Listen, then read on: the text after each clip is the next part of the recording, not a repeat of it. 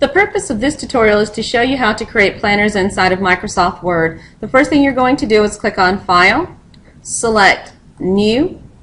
To the right of office.com, click, type in Planners, press Enter.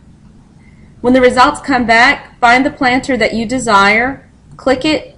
Over to the right, review the thumbnail, select Download. This gives you the opportunity to go in and make any modifications you desire.